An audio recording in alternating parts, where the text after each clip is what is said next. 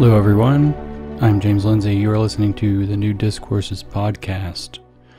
And one of the things I like to do, or I think has become very important for me to do here at New Discourses, is to convey to you not just what wokeness is as a kind of worldview or a philosophy, but also not just what it is, how it thinks, how it misuses language. That's what the Social Justice Encyclopedia is about.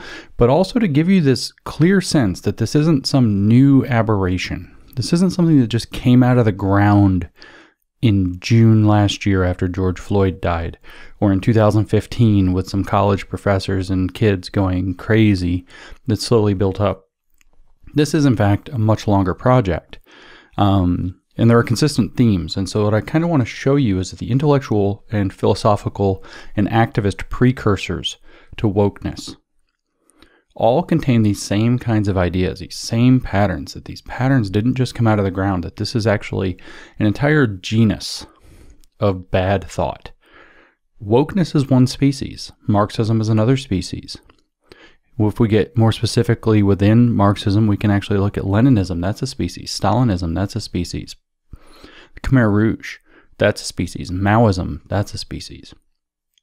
We can look at lots of the things throughout the history, especially of the 20th century, but also some of the things of the 19th century, and see a clear pattern that these things they share many things in common. So recently, here on the podcast, I had what I thought was a very important episode, something I'd really been wanting to do for a while.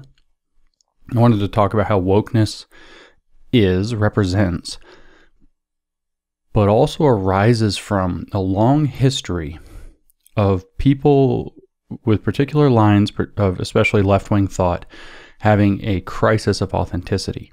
And so we had a podcast about authenticity. It was very well received. I think it was a very important message. If you haven't heard it, you should go listen. What I tried to do in that podcast wasn't just talk about what I think authenticity is or why I think authenticity is important, which I think is extremely important. I also wanted to talk about that this didn't just come out of the ground, right? This is a theme I really want people to understand. I recently gave a talk and used a metaphor that I've been very positively, I think, teased for, that it's the critical race theory. My metaphor is the tip of a 100-year-long spear, or a tip of a spear with a 100-year-long shaft. And you can imagine the kinds of jokes that has inspired, and bless them. I have enjoyed these jokes. Don't get me wrong. I very much enjoyed them, but as I would. But this is beside the point. Today I want to talk about the assault on reason. It's not about authenticity or whatever. I want to talk about that there's been a consistent pattern in this genus of thought that is an assault on reason itself. Now, of course, although he's controversial, I think I can call him my friend Stephen Hicks, has a book called Explaining Postmodernism that you might want to check out, where he tries to frame out postmodernism itself as kind of the newest instantiation, although obviously he leaves out woke, of this counter-enlightenment, this rejection of enlightenment line of thought that he traces back all the way to Immanuel Kant with his critique of pure reason, quite controversially. I tend to focus my thoughts a little further forward. I think Kant is a complicated figure in terms of his relationship to Enlightenment thought, and I tend to focus primarily on one of his successors, German idealist Hegel, as kind of the starting place of this particular genus of bad thinking. But this isn't what we're talking about today, because I want to talk about this assault on reason. And obviously you could look at Kant and you could say, oh, critique of pure reason. Obviously there's something going on there. But of course that also opens the door. Critiquing pure reason opens the door to saying that you need something else like empiricism. So it could be a very enlightenment-based philosophy. So my objective here isn't to contend with Hicks. I mentioned Stephen's work because I want to point you toward it as another piece in this puzzle if you haven't read it. Explaining Postmodernism is worth the read. But this assault on reason and the idea of reasonability is very old. And wokeness exhibits this in the here and now in 2021, whereas these kinds of assaults on reason have been going on for a very long time, ever since the Enlightenment began. And it's very easy to kind of frame wokeness and its intellectual precursors as being at least at tension, but really I think at odds with the Enlightenment, the very counter-Enlightenment movement. We can quote, for example, from, as I often do, the Critical Race Theory textbook, Critical Race Theory: An Introduction, which is written by Richard Delgado and Gene Stefanchik. It's a core, central, fundamental, usual, typical, whatever you want to say. It's a core curriculum textbook for critical race theory as an introduction to the subject. And at the end of the first paragraph, they say that unlike traditional approaches to civil rights, which I've quoted this so many times, which favor incrementalism and step-by-step progress, critical race theory questions the very foundations of the liberal order. And then they list 4 things that are to be included in the foundations of the liberal order that critical race theory calls into question. And they say that they call into question equality theory, legal reasoning, Enlightenment rationalism, that's what we're talking about today, and the neutral principles of constitutional law. And so even today, my point isn't to rail on critical race theory at the moment. Even today, critical race theory is the theory that everybody's focusing on today. We have this assault on the idea of Enlightenment rationalism, this idea of reason. And I think that this is pretty important. So it's very important to understand that critical race theory, for example, wokeness in general, which includes queer theory, post-colonial theory, fat studies, disability studies, gender theory, lots of these additional theories, any cultural studies, media studies, critical pedagogy, are all kind of wrapped up in this. Critical theory in the older sense is all kind of wrapped up in this. And they all really call into question the idea of Enlightenment rationalism. They're all positioned as counter-Enlightenment philosophies that are inimical to the idea of reason in their own and various ways. So for a second, let's talk about what is Enlightenment rationalism, or what is reason about? I just want to focus on the idea, the relationship that the Enlightenment philosophers had with the concept of reason. I don't think these guys were naive. They did develop one of the more sophisticated philosophies of knowledge that has come about, and I think this podcast is a fruit of their view in that regard, that we can actually know things that are going on in the world with remarkable precision, that we can engage in methodological process or practices that lead us to refine knowledge very efficiently, very effectively. But they also realized that the problem, and I don't want to put this in some negative light, but the problem in a sense is people are men and women of passion. And I mean that in kind of the old Greek sense. They're men and women of emotion. We are social animals who navigate our lives very intuitively. If you read somebody like Daniel Kahneman's Thinking Fast and Slow, if you read somebody like Joshua Green and Moral Tribes, what you come away with is this very obvious sense that human beings have 2 modes of thought, one intuitive and one rational. Intuitive is fast, intuitive is necessary, intuitive is important to navigate our social reality, which is the majority of our day-to-day existence, living with and depending upon other people.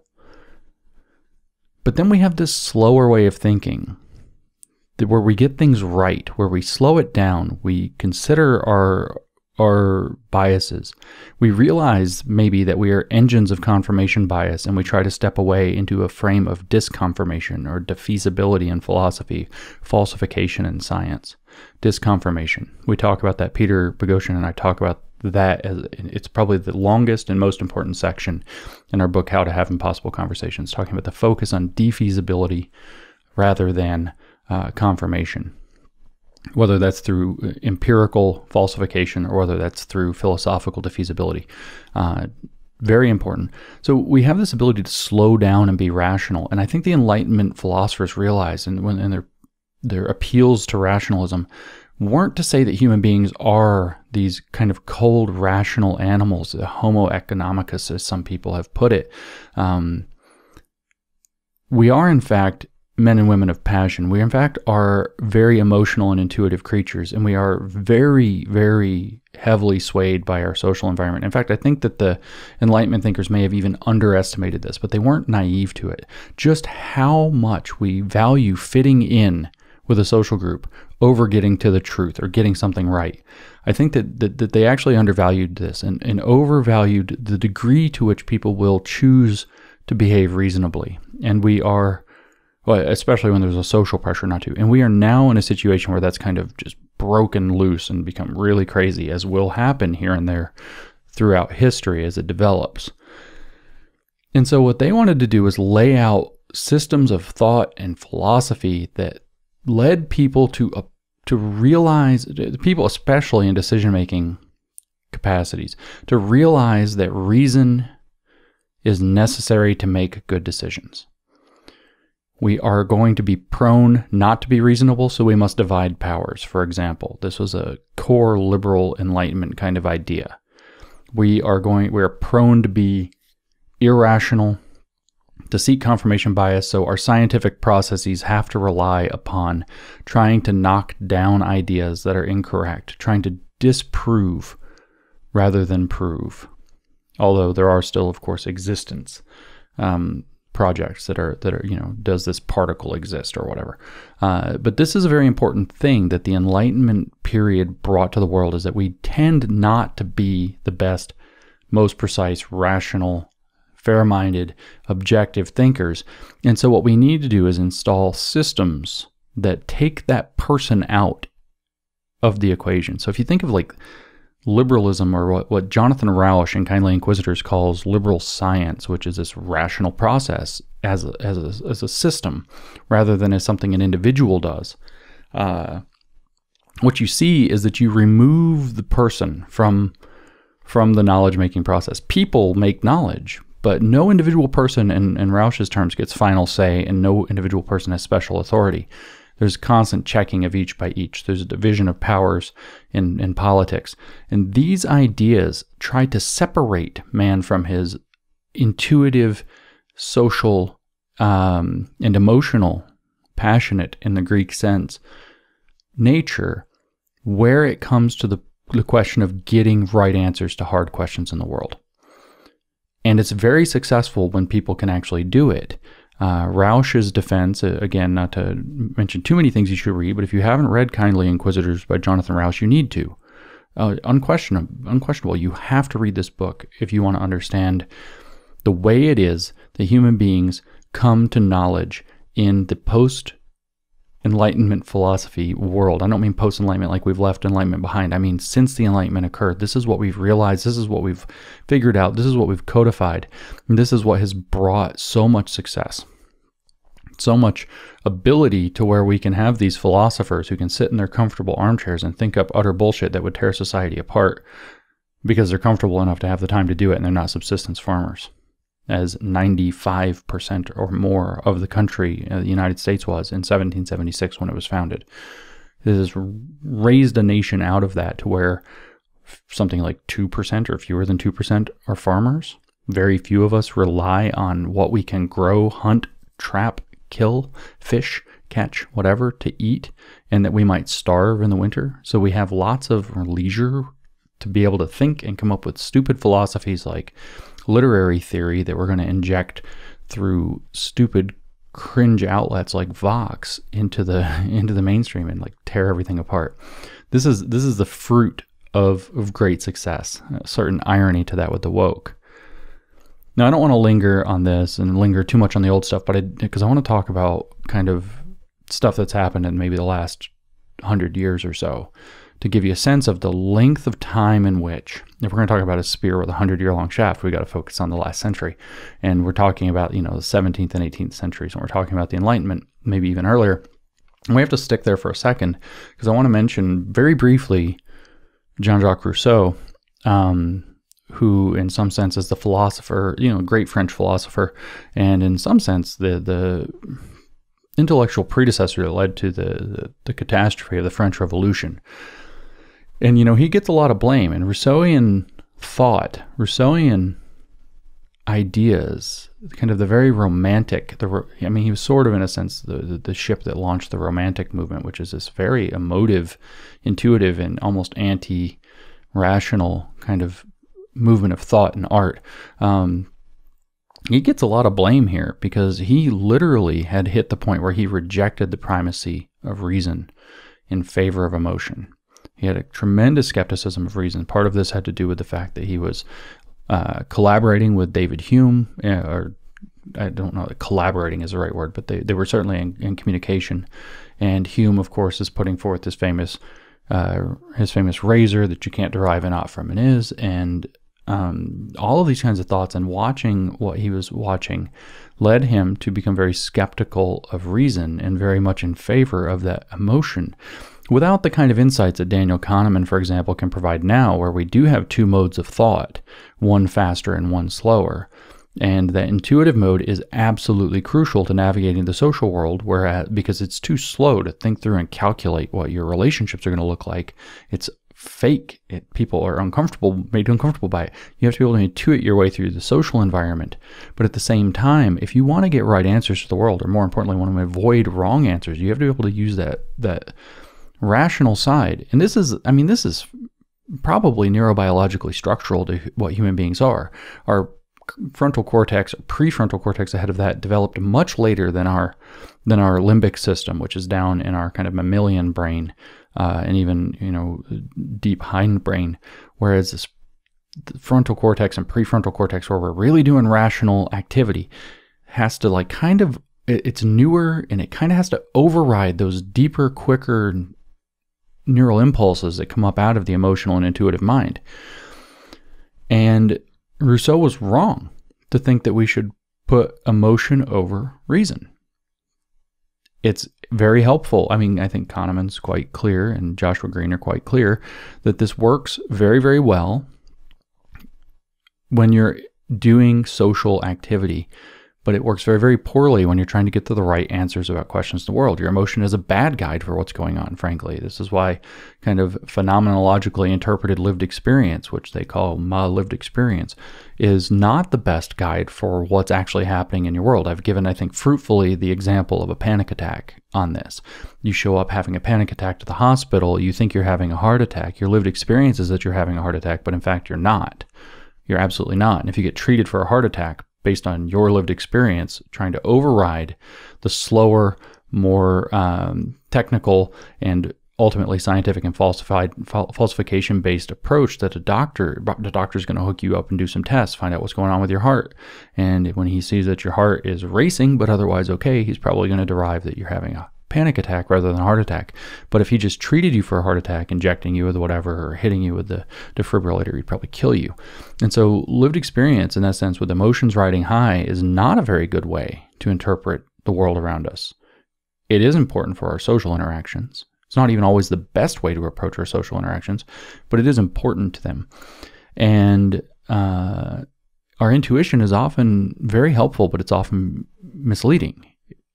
Slowing down, getting things precise, getting things exactly right when the outcome really matters is absolutely crucial. Social faux pas can be fixed through conversation, through more dialogue, through helping one another understand. But in the moment of you getting hit with that shock treatment on your chest, that second, you're dead. It's not, you don't have that kind of flexibility there. And so when it matters to get things right, you have to use methods to get things right. Now, somebody who is very interested in Rousseau's thought, and somebody I keep meaning to talk about more in the future, and I have a little bit of stuff coming out about him, but I still have been too lazy to organize a proper discussion of him, is Hegel. And Hegel, I don't want to linger on Hegel, but the goal here is to kind of get to the neo-Marxists, and that we have to talk about Hegel for a minute to get to the neo-Marxists and really connect to this. So Hegel had two ideas about reason. So we're talking about this being a counter-enlightenment, an anti-reason line of thinking. Well, Hegel's philosophy is very systematic. It's supposed to be a complete system of philosophy that one could organize their lives by and understand things in life by. And he actually has two concepts within the broad category of science, what the Germans would call Wissenschaft. He's got two categories within that, and my pronunciations are terrible, and I apologize to all of you who speak German, especially people who are German. But he has a lower level, which is Verstand, which obviously is like understand, is the translation. It's understanding. So it's like that's what we call science. Wissenschaft is a much broader category of science, even though it gets translated as science in English. It's a much broader category. It's like entire systems of thought fall under the idea of Wissenschaft, in kind of its older use anyway. And so underneath that, Hegel had a higher order level above where Stand, that was where Vernunft, which this is a somewhat mysterious concept. It gets translated in both translations of Hegel from German into English, but also when you see the neo-Marxists write and they're talking about Hegel, you can tell when they're using this concept because they capitalize the R in reason. And for Hegel, and this is actually very important, this meant his whole system of philosophy, his whole system of thought, the entire systematic philosophy, the idealistic philosophy that he was laying out, has at the low level where Stand, understanding the world, and then where Vernunft is this higher level of kind of interpretation, his philosophy specifically. And that is the true science for him when he calls his phenomenology of spirit a system of science. That's what he's talking about. When he has another book called The Logic of Science, that's what he's talking about, is this difference between the lower level of understanding, where Stand, and the higher level of Vernunft. And I contend that this is what the neo-Marxists translated into the ideas of traditional theory, which is meant to understand the world, and critical theory, which is meant to change the world. Following Marx. Marx becomes the bridge here. But this is, of course, what Hegel thought was a system of science. And so Marx picks this up. Marx is not a strict Hegelian. Marx was a member of what is of a group of people, a group of thinkers in the mid-19th century known as the Young Hegelians. His mentor was not Hegel, but Feuerbach, who was also a young Hegelian. The Young Hegelians were, there were two major branches. It turns out Hegel was quite the rock star in the 1820s, 30s, and 40s. Just after his death in particular. And there were two huge schools of thought of interpretation around Hegel's work at the time in what was at the time Prussia, 19th century Prussia. And the old Hegelians were very, very conservative, and they believed that what Hegel had described was a perfected state in the existing Prussian state. And the young Hegelians were progressives, and they thought this is not correct. There's so much work that still needs to be done. And they wanted to use his dialectical method and his systematic philosophy to try to create a more perfect society. Well, Marx was in this line of thought, as you might imagine, knowing what you might know about Marx. And so Karl Marx decided to take out all of this idealism of Hegel and bring it down into the world with what he called dialectical materialism, which he thought of as a science of history and a science of economics.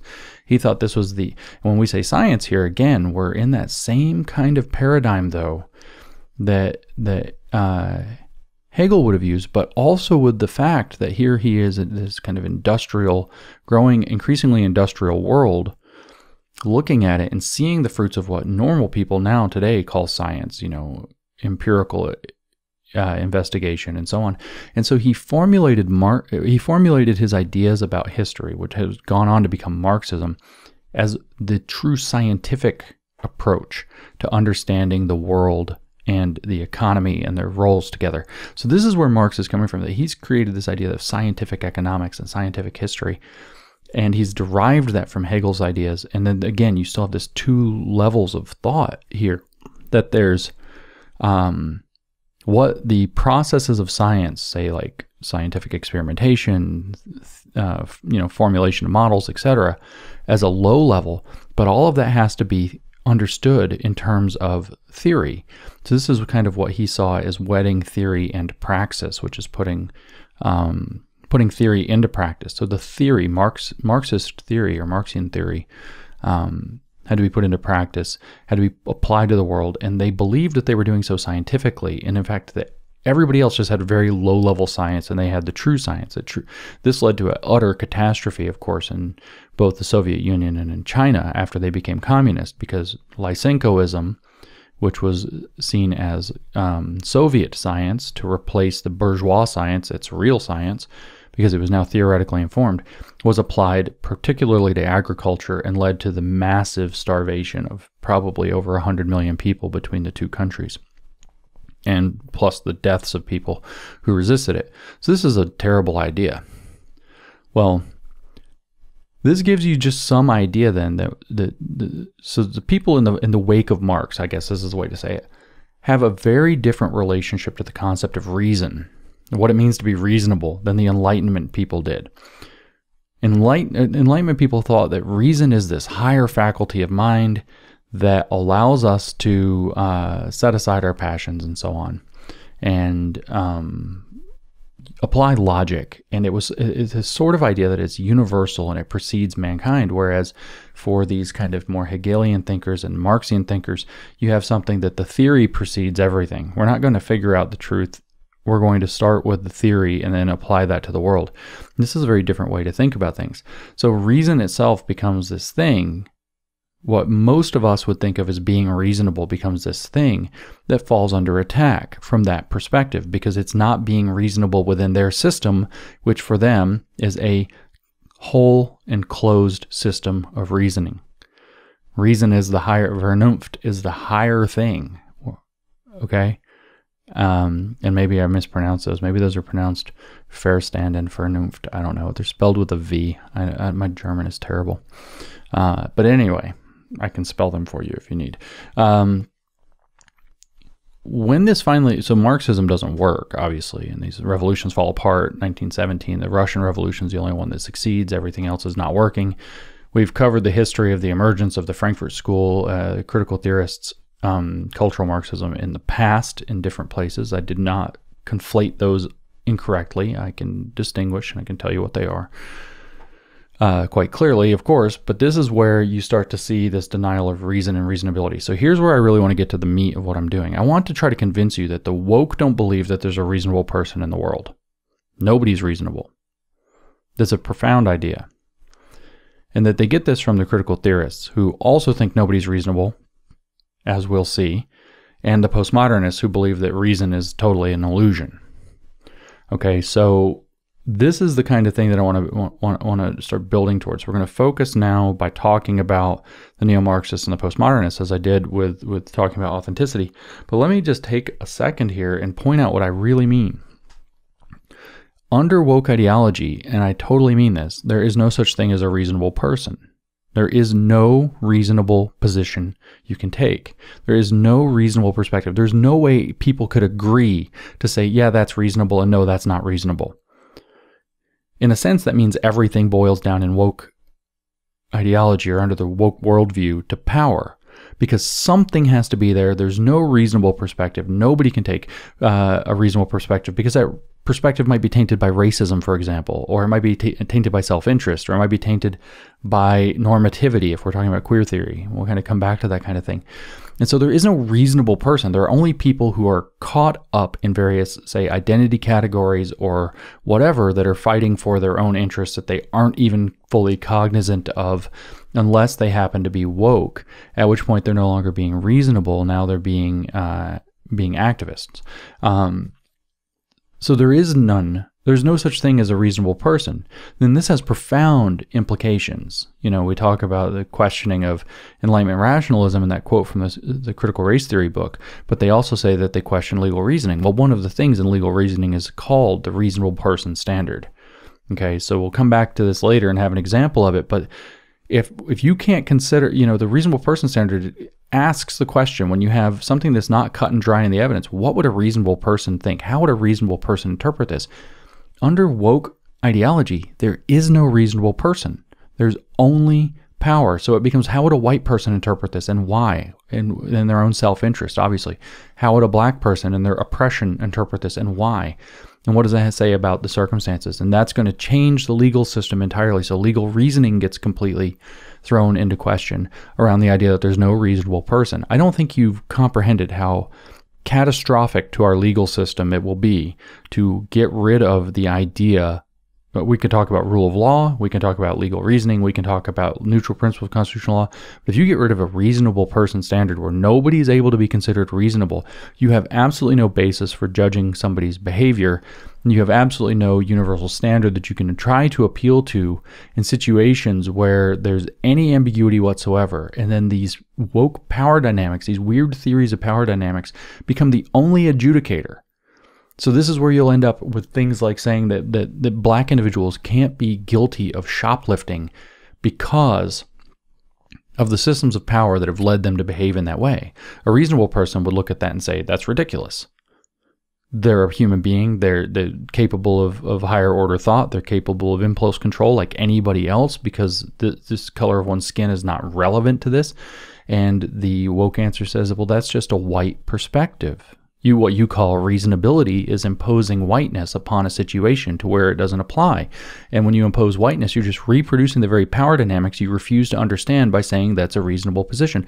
This is what you end up with. And so then the stupid woke analysis replaces anything like an objective standard, anything like the ability to get along, because everything becomes about these tortured arguments to claim that there was a power dynamic involved, or somebody's got a self-interest that they're not examining, or they have a bias that they're not considering, or something. And then basically it allows the people, if this were to be empowered, who have empowered themselves with this, to cook the books in their favor at all times. So the idea, I mean, it's so, I feel like I just have to say it again, but because it's so bizarre that in wokeness, there is no reasonable person. There is no such thing as being reasonable. You cannot be reasonable. You can only put forth what Marx would have called your class interests. Except now your class interests are caught up in your racial culture or your identity or something like this. And it's a very dangerous thing. But I want to kind of make a case that this isn't new. That's what I started out saying, that this isn't new. This is like 100-year-old kind of concept, at least. I mean, I talked about Hegel and Rousseau and Marx, and that's all more than 100 years. But when we really start looking at neo-Marxism, because wokeness is neo-Marxism combined with postmodernism, and if you haven't figured that out yet, you really got to get that together, that's what's going on. These two have fused and created this horrific new philosophy. We start talking about neo-Marxism. Neo-Marxism actually has the same idea, and the core idea, in some sense, of neo-Marxism, or a core idea, let me not overspeak, is false consciousness. It is this idea that individuals are not acting reasonably when they believe they're acting reasonably because they actually have false consciousness about how the world works. They've been brainwashed, as Herbert Marcuse talks about frequently, by the heteronymous interests of the world, which is mostly the capitalist class, but also the various groups that are in power, whether that's white supremacists, as he would, well, I mean, in the 1950s and 60s, he has a point, as he would see it, is that, for when we start dipping into queer theory, which is much more kind of Michel Foucauldian, are we talking about, that straight people, are more reasonable and gay is an unreasonable perspective, or homosexuality is unreasonable and pathological. The idea, though, is that the normativity there removes one's ability, being heteronormative or cisnormative, removes one's ability to understand from another perspective. It's a kind of false consciousness, internalized racism, internalized sexism, internalized transphobia, internalized misogyny, all these internalized ableism. There's so many of these things are all forms. These are all derivations of this concept of false consciousness. And false consciousness is really a beating heart of critical theory. The point of critical theory, in a very real sense, is to reveal to people that they live in false consciousness. If you read the critical theorists, that's very deeply kind of what their project is. That the false consciousness is that they are working against their own interests as usually working class individuals, because it's still quite Marxist, although they do have their critiques of Marx, and that you possess a lack of awareness of the realities of the oppression of your condition. And I want to just read, this is an audacious claim, but I just want to read to you a few examples and kind of talk about them for a second. I'm not going to do this with all of the stuff I want to talk about, but from Herbert Marcuse in particular, he makes it very clear that this is central to his thought. And again, just to frame out Marcuse, I talked about repressive tolerance in the past. I'm going to do the essay on liberation soon. Marcuse was a rock star. He was kind of like the kingpin of the school of critical theory, the Frankfurt School, after World War II. Max Horkheimer would have kind of been the leader before World War II. And after World War II, his colleague Herbert Marcuse takes over. And Marcuse is, I think, a absolutely totalitarian mind. But we talked about repressive tolerance. I will quote a little bit from repressive tolerance here. But he also, that was in 1965, he wrote that essay. In 1964, he had a blockbuster of a book that sold many hundreds of thousands of copies in 1964. It was kind of like the left-wing intelligentsia book. It's called One Dimensional Man. And in One Dimensional Man, he makes exactly the case that I'm making. He says it again, of course, in Repressive Tolerance, as you will have heard. I'll quote a little bit from that again if you've gone through my series on repressive tolerance, so you've heard it. But this idea of false consciousness is so central to his thinking that I just want to draw this out a little bit. And again, the point is that this means that Marcuse, that the critical theorists from whom all of the critical race theory is a critical theory, where all of these ideas have come down from, the neo-Marxist model holds that people are trapped by false consciousness. They are misled, almost brainwashed by the so-called heteronymous interests of power and money. Heteronymous means like kind of many and outside of yourself. It's in comparison to autonomy. That's you have your own ability and to name things technically. And heteronymous means other people are naming things for you. And so he has this view that false consciousness is central, and therefore people who think they're acting reasonably are not acting reasonably. In other words, you're already having the complete destruction of the idea of a reasonable person, because the typical person that you would see as reasonable, according to Marcuse, is not reasonable because they're upholding the system that exists, and that system itself is unreasonable and is in fact the product of an oppressive situation. And in fact, Marcuse is quite cynical about this and says that the thing itself actually makes you like it. The system makes you like it. Again, we could track this back to Marx and we can track this back to Hegel. And if you read Marcuse, you can see that he cites both, but he really leans on Hegel for this. He is a very Hegelian thinker. But in this sense of that young Hegelian track that Marx was a big fan of, there are other ways to interpret and understand Hegel. So let's just read for a second from the introduction to One Dimensional Man. And this is actually Marcuse himself writing. He says, "The fact that the vast majority of the population accepts and is made to accept this society does not render it less irrational and less reprehensible. The distinction between true and false consciousness, real and immediate interest, still is meaningful. But this distinction itself must be validated. Men must come to see it and to find their way from false to true consciousness, from their immediate to their real interest. They can do so only if they live in the need of changing their way of life, of denying the positive, of refusing.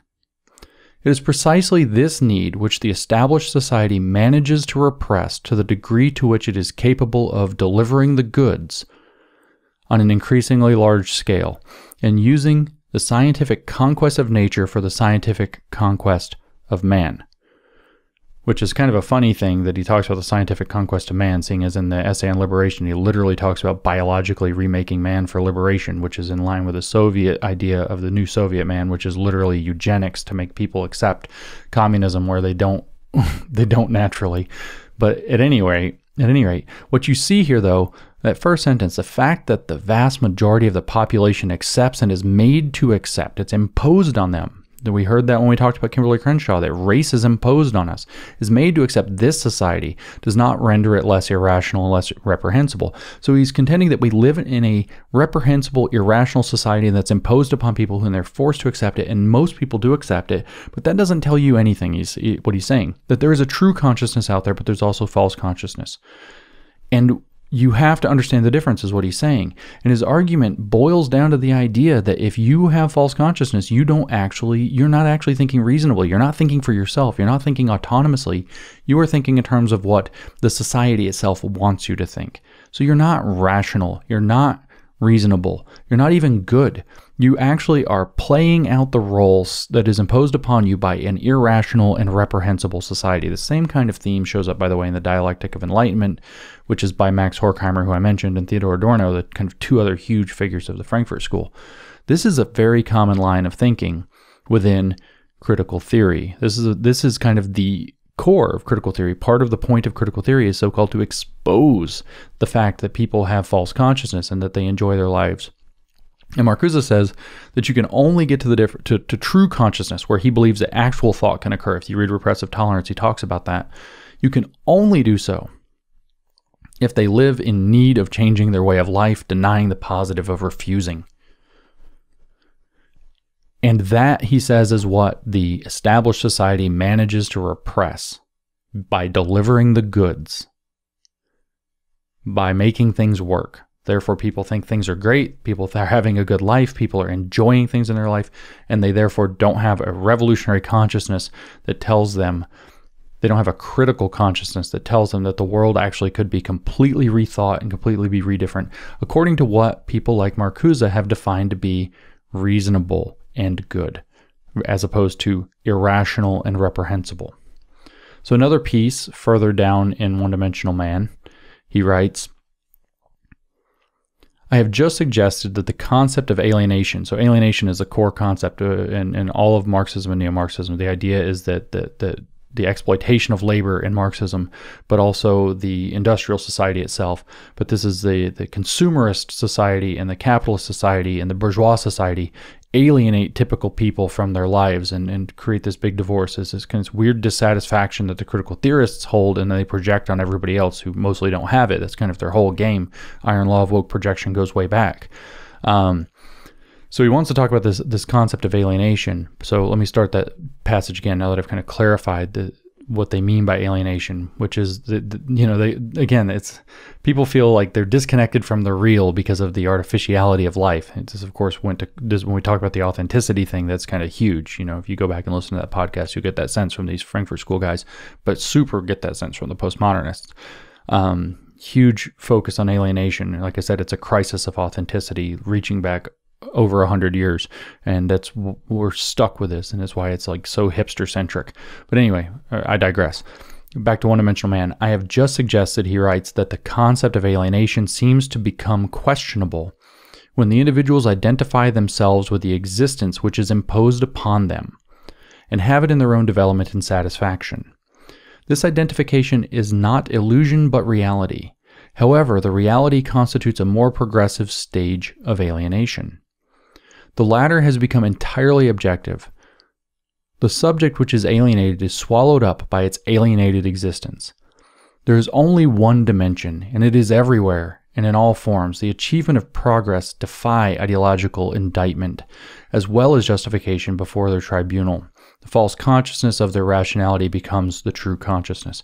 So he's saying that this imposition of society is so total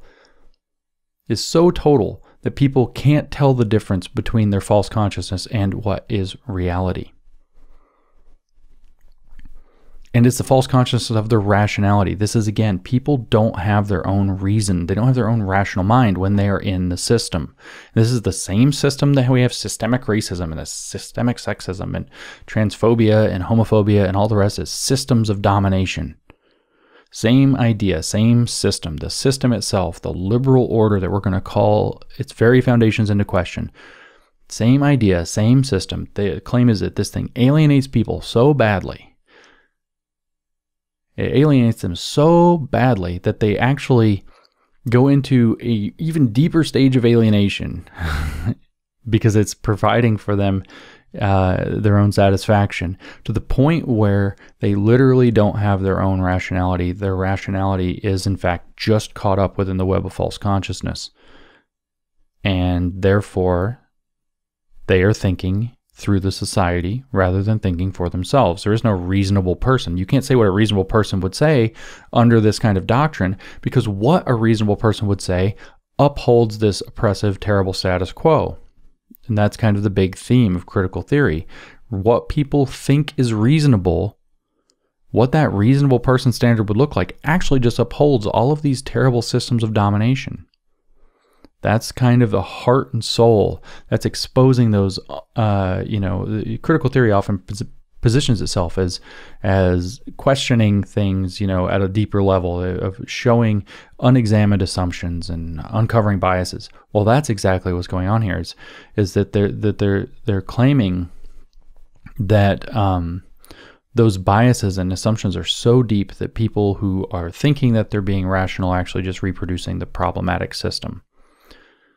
Then a little further down in One Dimensional Man, where you kind of get the thesis statement of the book really in a very meaningful sense, Marcuse writes, "The productive apparatus and the goods and services which it produces sell or impose the social system as a whole.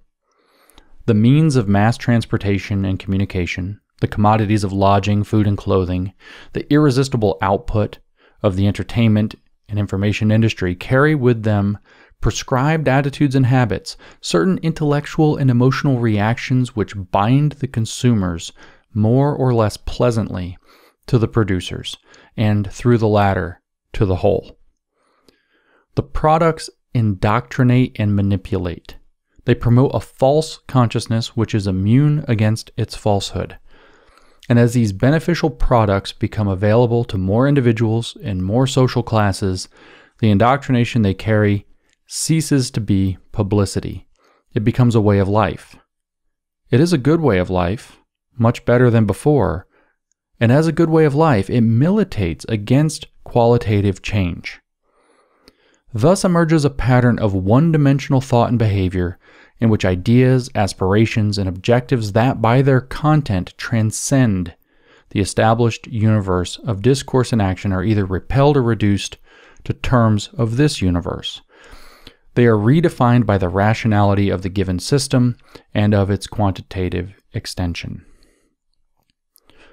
This is a hell of a paragraph, isn't it? I mean, I don't know if you caught all this, but he's talking at the beginning about how the system, our capitalist system, is getting better and better and better at producing goods and services and getting them to consumers. And people like this. We're talking about mass transportation, communication, lodging, food, clothing, entertainment, information. And people like it. And he says that this carries with them prescribed attitudes and habits, intellectual and emotional reactions that bind the consumers to the producers, and thus to everybody else. And so the system becomes a closed loop. And you're not thinking for yourself now. You're thinking in terms of that system. He says this? The products indoctrinate and manipulate. You can go buy stuff that you like. You can turn on Netflix and watch something that you enjoy. And propaganda in them aside,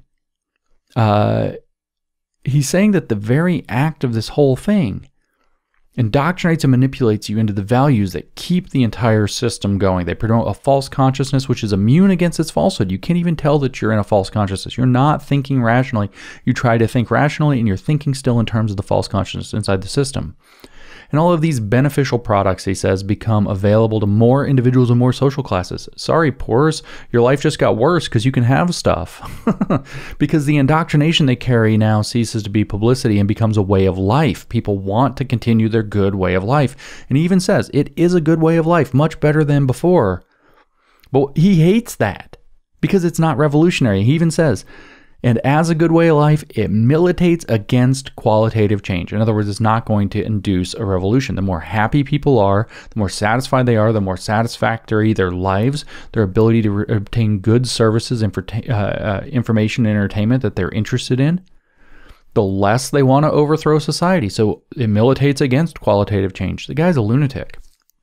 So he says that this creates, you're not reasonable, because it creates a pattern of one-dimensional thought. You're not able to think outside of the system any longer.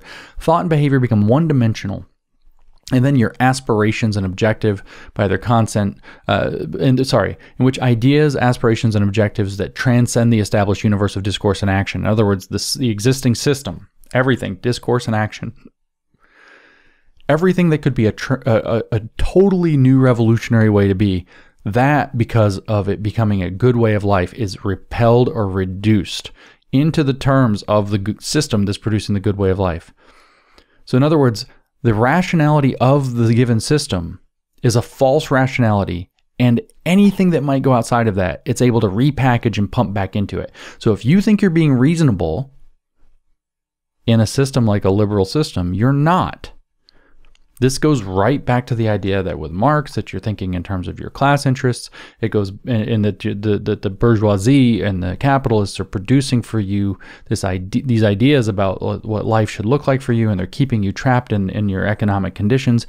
This goes back to the idea that Hegel had about the ideas of society become kind of the spirit of the world, and that something has to break free of them at a different level. And, there's the two different levels of thinking. This is so presumptuous, though, because Herbert Marcuse now believes, he's one of the enlightened few that knows what the real deal is. He knows just how terrible and oppressive the system is. It's not a system that's imperfect, that's working out its kinks and increasing, even though he says it's increasing the range of goods and services to different social and economic classes. You'd think that would be positive for him. It's not positive for him because it steals the revolutionary zeal from them and therefore leads them to be stuck in their one-dimensional false consciousness where they are not actually reasonable. They are upholding their own system of oppression. And this is the way that critical theory thinks about everything. And this goes down into the new critical theories like critical race theory that's dominant today. Except it's race interests now instead of class interests. One more time from One Dimensional Man, one last paragraph.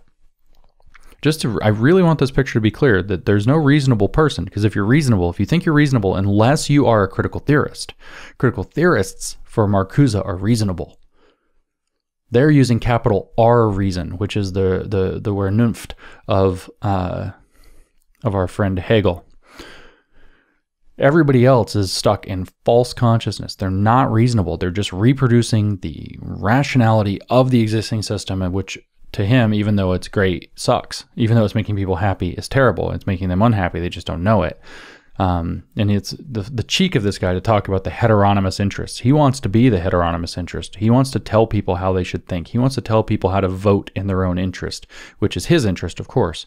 It's one of the most totalitarian guys ever that was able to bill himself as anti-totalitarian. But one more passage from One Dimensional Man, then we'll do one from Repressive Tolerance, and we'll get out of this critical theorist crap. Marcuse writes, "We may distinguish both true and false needs. False are those which are superimposed upon the individual by particular social interests in his repression.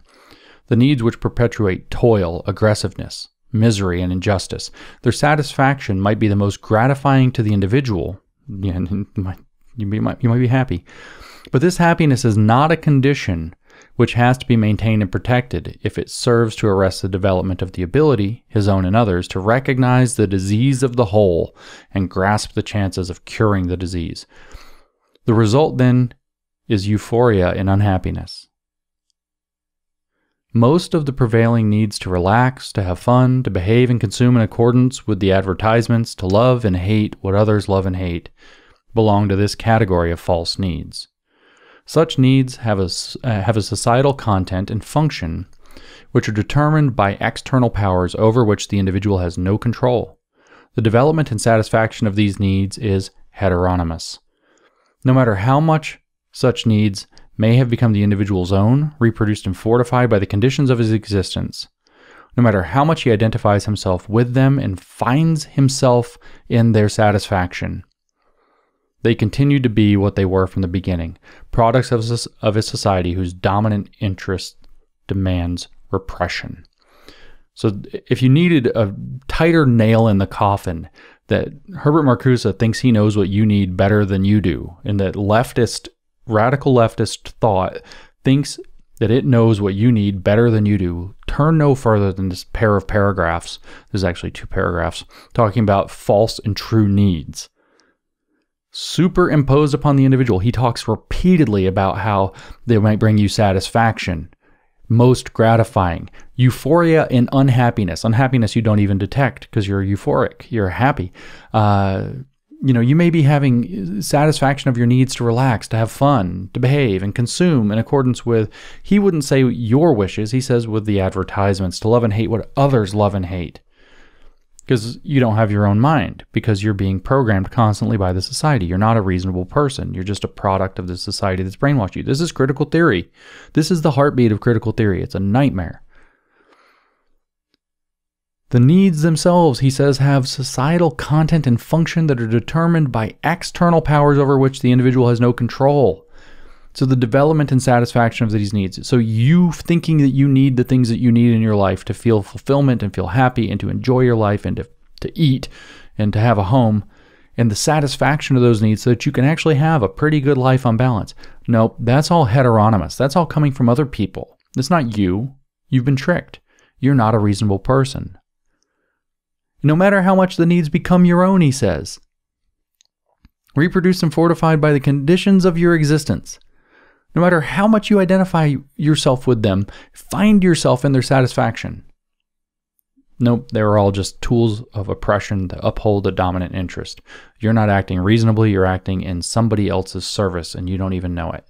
That's critical theory. What a nightmare.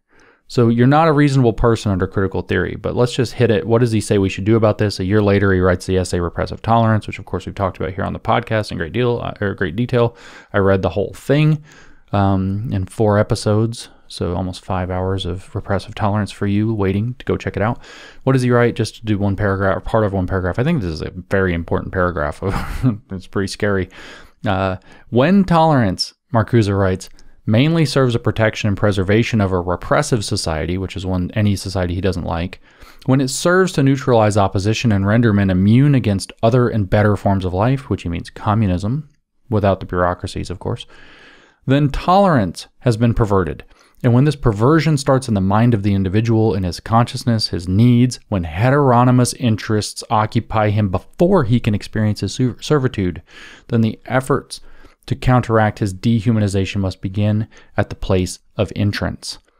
There where the false consciousness takes form, or rather is systematically formed. It must begin with stopping the words and images which feed this consciousness. To be sure, this is censorship, even pre-censorship, but openly directed against the more or less hidden censorship that permeates the free media. So what Marcuse says we have to do about this, because those heteronomous interests that we just pointed out, that you aren't reasonable, you're actually operating in the service of other people's ideas to their interests. Those heteronomous interests occupy you before you can experience your servitude. You might like your life, Marcuse is saying, but you're actually in servitude. You're actually in servitude to this corrupt and evil system, right? Those other and better forms of life that would be on the other side if you could just throw off the entire idea of the entire system and have a complete revolution of everything in the organization of society led by people like Herbert Marcuse and the critical race theorists and Black Lives Matter and shit should be great. Whoa, if you just got on the other side of that, if you just experienced your servitude, you would break free of those heteronomous interests keeping you in this nightmare. Then you could think those things and then you would be reasonable. And the only way to do it, Marcuse says, is by stopping the words and images which feed your so-called false consciousness. And remember, this false consciousness is imposed upon you. It's systematically formed by those heteronomous interests in you. You've been brainwashed. You're not reasonable. To be sure, he says this is censorship, even pre-censorship. So you must be pre-censored. You must not even have cognitive liberty. Forget free speech. Forget the aspect of free speech where you're allowed to listen to what you want to listen to. You shouldn't even be allowed to think. You shouldn't be allowed to be exposed to ideas that would lead you to think things that uphold the existing system, because that way, only that way, by being completely prevented from thinking anything other than critical theory that allegedly exposes this, in that way only can you be reasonable. Now with the postmodernists, this gets even crazier. For them, there's no such thing as reason at all. Reason, knowledge, are socially constructed. They are products of the culture, of the place and time where they arise. They are cultural artifacts. So for you to behave in what you think is reasonable means that you're behaving reasonably in the society that you occupy currently. You can see that there's a parallel to these so-called heteronomous interests of the Frankfurt School. You are completely locked in what you think becomes reasonable behavior, but that's just a cultural artifact. That's what your culture thinks is knowledgeable or reasonable, what they think is true, what they think is a good way to get to, truth or justice or whatever other thing that is desirable in society. Those are all just artifacts of the culture in which you live. There's nothing underlying it. There's no, as the Bible might have it, logos preceding this. There is no reason that precedes. There's no human nature that can be analyzed that precedes any of this. It's all just a cultural artifact. It's all just socially constructed. There is no reasonable anything, because there is no reason. Reason is just a cultural artifact. It's just the way that people think when they're locked in a particular culture. So you can see the parallel to the neo-Marxist thing, but it kind of takes it to a complete level of steroids, where this is where you have Jean-Francois Lyotard, and I've mentioned this many times, talking about the parology of legitimation by parology, where he talks about that in The Postmodern Condition, which he published in 1979. What he's talking about is that you don't have reason, you have consensus. You have a bunch of people who all think the same thing, and you just go along with them. That's kind of the same thing that Marcuse was saying, but this is taken to a much higher level. There's just consensus, and stuff is considered to be legitimate because there's consensus. We could talk about it in terms of, Foucault, who thought that, the society is imposing norms upon people, and those norms are meant to discipline them and keep them in line and to get them to discipline themselves and behave in certain ways. And so they're not actually acting reasonably. They're acting in a way that they've been conditioned by society to do so. They've been socialized by the social environment, by the social constructions of the environment they live in. There is no reasonable person.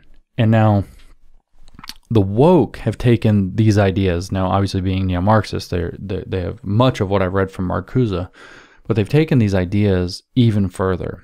They've taken these ideas and locked them into the cultures that they've defined as surrounding identity categories, for example, in particular. Because woke really boils down to using neo-Marxism and postmodernism. I said it's the fusion of those things in order to do identity politics. That's what wokeness is. Wokeness is the fusion of neo-Marxism and postmodernism to do identity politics. And so at this point, it's not possible because your race is imposed upon you within critical race theory, for example. The norms of, say, gender and sex and sexuality are imposed upon you. So you're not possible to be reasonable under queer theory. Under post-colonial theory, what we call reason is just European thought that's being imposed upon the rest of the world. So you have the idea of knowledge or science colonizing the rest of the world with white, Western, as they phrase it, Eurocentric thought. And so this isn't reason, it's just European culture. Like it's like 18th century European culture being pushed on everybody else in the world. Not because it works, not because they've decided or whatever, just because the European powers had the power to impose it on the rest of the world and force everybody else to think and act in their way. Again, there's no logic that precedes any of this. There is no reason that precedes any of this. So when you hear in intersectionality that positionality must be continually engaged or intentionally engaged, those are phrases that they use. Positionality is your relationship to the so-called web or matrix of systemic power dynamics under identity politics. And what you have to do is you have to find your standing, because your level of being able to be reasonable is local to which identity categories you are part of. And how you will adjudicate who's being more reasonable and who's being less is going to be done through engaging that positionality. Have you authentically represented what critical race theory, for example, says about what it means to be your race in a system of power dynamics that's basically white supremacist, largely anti-black, lots of other properties, with structural determinism baked in? That's a huge one, right? So structural determinism is this idea that these systems of power determine your outcomes, right? This is a core concept of critical race theory, but all of these kind of critical theories are structural determinism, that who you are determines, because of the systems of power around who you are, determines how your life is going to go. And they believe that their identity theories have been the only authentic expression of what that looks like. And so you can be said to be more reasonable in a sense if they would use that, or that your claims are more valid if they match what critical theory says. It's the exact same idea that Marcuse was doing, but now it's just fractured into a kaleidoscope of identity categories and nonsense. within critical race theory, for example, the idea of reason is held up as how white people justify their own BS to themselves and maintain control. It's how they claim that they have objectivity, whereas nobody else does. All thought, all reason is therefore tainted by racism and the desire to maintain racism and the epistemic closure of white people that's maintained in white comfort so that white people don't become uncomfortable that some other way of knowing or some other way of thinking might depose theirs and thus disempower them. This is really how they think. So there's no reasonable person at all. There's no reasonable perspective. There's only your positionality. And so your positionality becomes the determinant of how we're going to adjudicate claims. There's not going to be, you go to court under this, there is no reasonable person to whom you could appeal. There's only an engagement of positionality. In other words, this critical, it's not just race, it's critical social justice web of theories. There's a critical social justice theory, capital T theory, that tells you kind of how all of the various positionalities relate to one another, and then people fight over this, obviously, all the time. I call it intersectionality chewing on its own leg a lot of the times. That paradigm is how you're going to resolve differences and disputes within this. You can get kind of a great example. I said that we would come back to this within feminism, for example, under the Me Too doctrine, which is a very, of course, narrow branch of feminism, very recent thing. But imagine that you were accused of a Me Too kind of situation, right? And so you end up going to court. Let's say it's a circumstance where there actually is some evidence for whatever reason, like maybe something got recorded by mistake or intentionally or whatever. And so you actually have this, and then you have like the text messages, right? I think there are some cases where people actually did have the text messages. But let's put it in a situation where there's a little ambiguity, right? Was this a sexual assault or not? And there's a little ambiguity, right? Like she said some stuff where he was like, hey, green light. And then he was, he said some stuff where she was like, whatever, there's a little ambiguity. Now, to make it really a case where there's some ambiguity here, right? So what you would have to do, so now you have evidence to weigh on this claim. A lot of sexual assault and rape cases don't have this, and this is a legitimate reason why this is such a contentious kind of area. But let's say that we actually have this style of evidence, but there is this matter of having to interpret, was this flirting enough of a green light to constitute consent? Was this, hinting around, metaphors, whatever it was? And so what you might have to appeal to at that point is a reasonable person standard. What would a reasonable person in the same situation, what would any reasonable person, what would most reasonable people actually, it's not a reasonable person, it's really what would most reasonable people put into the situation read it as? And if you could make a claim that the majority of people who are considered of sound mind and a reasonable, background would see this and think, yeah, she really agreed, then you have this situation where, under the way that we actually adjudicate law, we would be able to say, okay, he's off the hook. He had a reasonable degree of confidence that he had been given consent and, acted accordingly, and obviously it got messy, etc.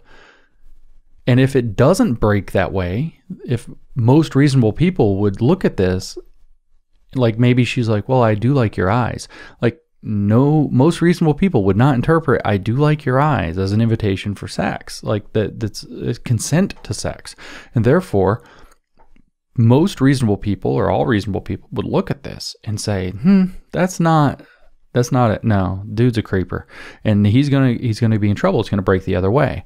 And so this standard of a reasonable person injects a kind of objectivity into a situation that is ultimately subjective. And it's necessary because many of the cases, sometimes you just have straight objective evidence in law, and that's fine, but sometimes you don't. In a reasonable person standard, how would any reasonable person or all reasonable people interpret what's in front of us here to make a judgment upon something that has some level of ambiguity to it? Is an important standard. Now, if we say that there is no reasonable person because the man always has the power and that there's always a power dynamic involved, and even if her appearance to consent was extremely clear and extremely explicit, I consent to this with you, the argument can be easily made under this power dynamic replacement that she only consented in order to satisfy the fact that he wanted it and there's some power dynamic involved, blah, blah, blah, blah, blah. And it makes with no reasonable person to appeal to, all you have left to appeal to is the offended party, really, because that's the way this is all getting prioritized. And therefore you have a complete inability to appeal to law and then to do law. And so if you said, well, what would any reasonable person say? Not just, this judge or whatever. They'd say, well, there is no reasonable person because everybody's tainted by these power dynamics. Was that racist or not? Well, who can tell? The only person who can tell is the person who claims to have experienced it, impact over intent. And that's where you end up. If you obliterate the idea that there's a reasonable person saying, what would be reasonable to teach in a classroom? Well, who could say? There's nobody that's reasonable. Absolutely nobody that's reasonable. What's the reasonable extension of what level of, what am I looking for? When somebody says their pronouns, right? Like, do I have to go along with that? Like, how much compulsion is there for me to participate in this, right? Do I have to be compelled to participate in this? Well, if there's a reasonable person might say, but if there is no reasonable person, there are just people who have been conditioned by hetero and cisnormativity to think in particular ways, and that those are ultimately heteronymous interests that maintain oppression of this victim. Now we're in a territory where nobody has any ability to step back and reason through any of this stuff. This is really dangerous. It's all really bad. Without a reasonable person, a lot in law, but also a lot in just navigating society becomes impossible. And when you're not talking about something that rises to a legal standard where it's in court, but now it has to be adjudicated by, like, say, a disciplinary office at a university or your HR department or something, it gets even messier and messier and messier. The ability to make a case on its merits basically gets destroyed and gets replaced with who can claim the worst injury, but an injury that is in line with these alleged systems of power. In other words, what this does is it empowers critical theories, which view themselves as the only possible reasonable thing, because all else is false consciousness. You either have a critical consciousness or a false consciousness. It empowers those to do whatever they want with absolutely no check, absolutely no balance, absolutely no answer. And that's a disaster. It's an absolute disaster.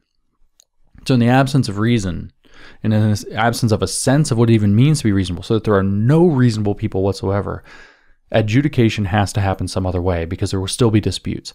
And that way is always going to be to the degree that the woke are empowered through their so-called radical egalitarian view. In other words, we're going to use theory to determine who has the worst oppression, who was the most victimized according to their perceived impact of the situation, and that's the only thing that can be believed. So anyone accused therefore just becomes guilty if they're accused by somebody who's claiming that it's tied to a system of oppression. It's a legal and social superpower that is abused. It gets abused constantly. If you have privilege in the particular positional analysis, if you're deemed to be in a privileged position relative to the other person, and that's somehow relevant to what's going on, then your testimony is completely moot. Appealing, as I said, to reason is appealing to a corrupt system that itself is, heteronymous interests, that's reproducing the problems. Appealing to reasonable people is appealing to a consensus that's actually just brainwashed by the prevailing power structure that has false consciousness and doesn't realize that it's not even acting in a reasonable way, and that's just reproducing injustice. This is a terrible way to think. This is a terrible way to think. And of course, there is reason. There are discernible patterns to the working of the universe. If you're religious, of course, if you're Christian, for example, the Logos precedes everything. And so logic and reason precede human beings. Well, if you look into the world, that's true as well. We can make sense of our sense data come in, and we can actually make sense of things. We can make predictions. The philosophy of science didn't just spring out of the ground, malformed yesterday. There's a lot that can be said about this, about, the flexibility of our models, the precision and accuracy of our models, their predictive capacity, their parsimony, and etc. There's a lot that can be said for these things, and reason allows us to work our way through. Reason is what allows us to do deductions and inferences.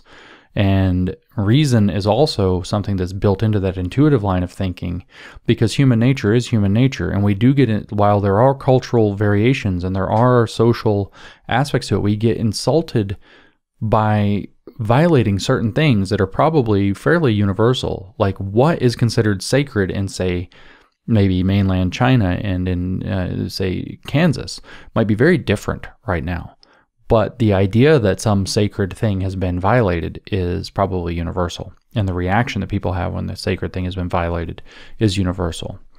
There's some flexibility to it, of course. There are socially constructed aspects to what we consider to be polite or what we consider to be reasonable. If you've ever been, I've been to China a bunch of times. And so one of the things as a Westerner going to China that you learn is, like in the West, you know, if we want to get on the train, you wait in line, you're polite, you let the person go in front of you, you know, you do these things. No, after you. Well, if you do that in China, you're never getting on the train. Like, it's just kind of mob. And it's not, I'm not making fun of China or their norm. It's a different norm. But if you don't know how to play by that rule, it's like you literally might miss the train and have to catch the next one. Or worse, you know, there might be things that they're giving out or that are available and you might just not get one. Tending to wait politely this is a Western kind of norm, and it's not present typically in mainland China.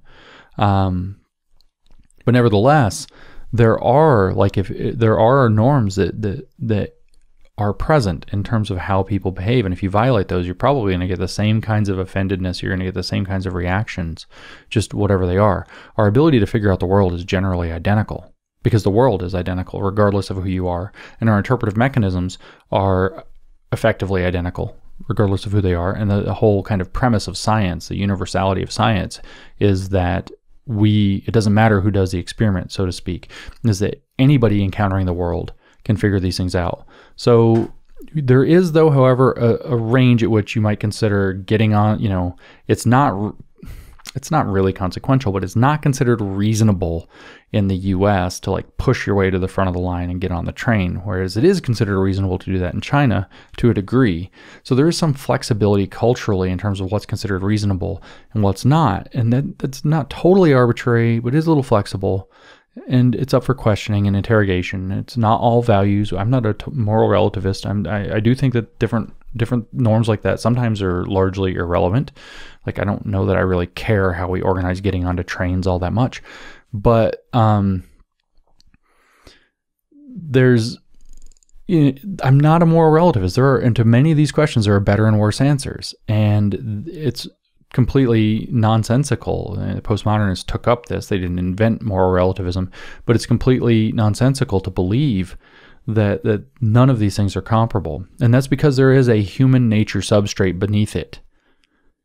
And also the basic workings of the universe and the world and so on, the basic rules of logic, they all still apply. And those are all universals. It's not all arbitrary. Not everything is a social construction. Value judgments precede human cultures in many regards for reasons that are really too deep to get into here. If you want to look into them, they reside in a field of philosophy known as axiology, where our value judgments come from.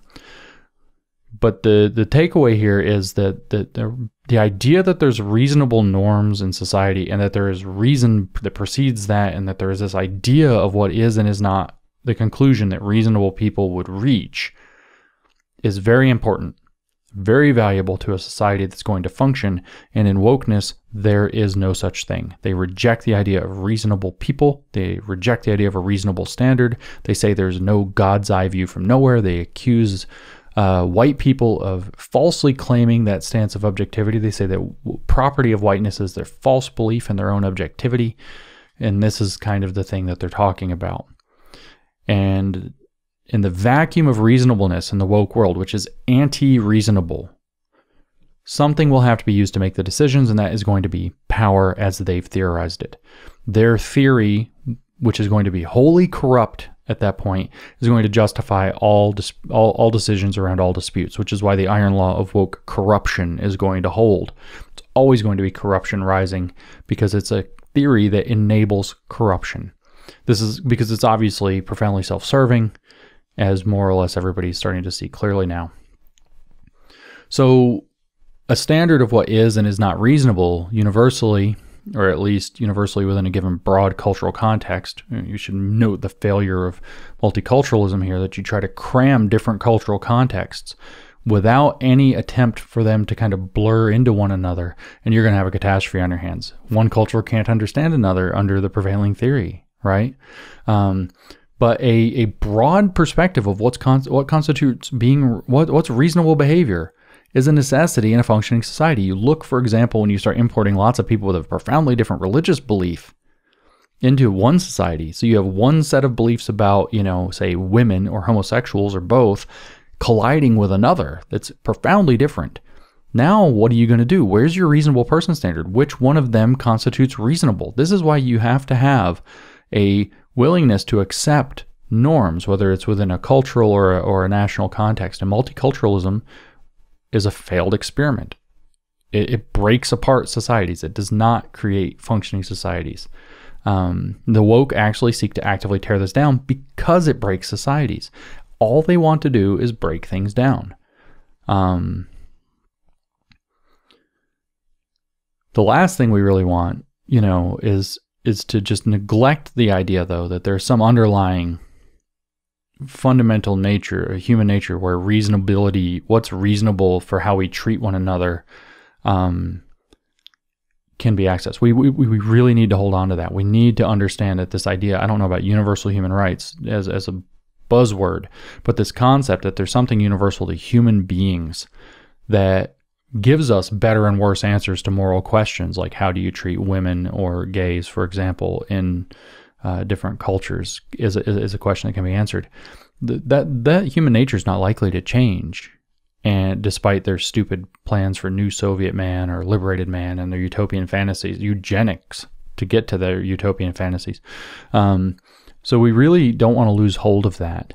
So what can you do in the face of a worldview that is taking over or has deeply insinuated itself into our society, that doesn't believe in reason, doesn't believe in reasonableness, doesn't believe that there are reasonable people, doesn't believe that anything is more than the interests of cultural groups and of the powerful interests within them that have maintained systems of power that are oppressive and dominating and all these terrible things. Well, you have to do the opposite. You can't be shy. You have to assert, this is a lie. Don't let the lie come through you. You have to assert that there is such thing as what all reasonable people would accept, that people can be reasonable, that it's not, when somebody says be reasonable, they're not saying act white. And that you also have to be willing to assert that cultural norms within a particular cultural context are actually worth defending. The idea of multiculturalism isn't going to work. We have to reject the idea of multiculturalism because you break down a standard by which people can be judged one way or the other. If you want to participate in a particular cultural milieu, say British or American, then there should be some onus on you to be British or American in your overall outlook, and you can retain whatever aspects of your culture that you want from there. And if you don't want to be British or American and you want to maintain your other cultural context, stay where that's the norm, and that's fine. I mean, this is a thing that people actually are going to have to defend because it matters, because multiculturalism tears down this reasonable person standard, and it makes it impossible to adjudicate what is and is not reasonable. That has to be defended. Of course, I still think I'm broadly speaking liberal.